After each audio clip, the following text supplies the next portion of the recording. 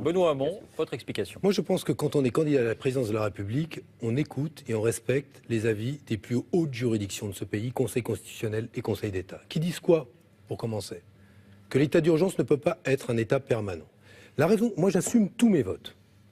J'ai voté contre la déchéance de nationalité, le projet de loi constitutionnelle, parce que je considérais qu'il brisait l'unité nationale. J'aurais voté contre la loi travail si tu n'étais pas passé par 49.3. J'ai voté pour la loi renseignement, j'ai voté pour l'état d'urgence, j'ai voté la première prorogation, j'ai voté plusieurs lois qui étaient des lois importantes, notamment les lois de justice, mais je me suis abstenu sur la loi terrorisme. Pourquoi ?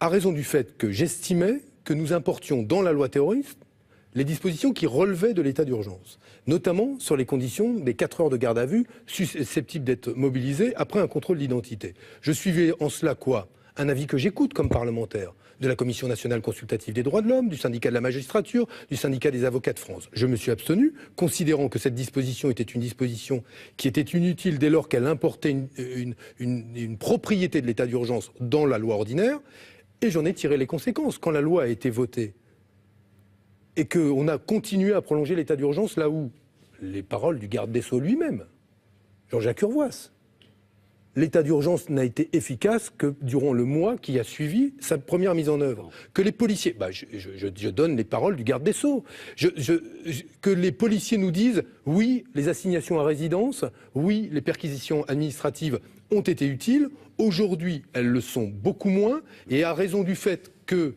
par la loi terrorisme, un certain nombre d'outils ont été donnés aux forces de police et aux forces de justice, la prolongation ne se justifie pas. Moi, c'est mon point de vue, je l'assume entièrement, et je considère qu'on peut mener une lutte implacable contre le terrorisme et être attentif à ce qui est l'état de droit, surtout quand on nous le rappelle par le Conseil constitutionnel, comme à 3 reprises par le Conseil. Les deux positions Donc, sont énoncées. un clivage profond.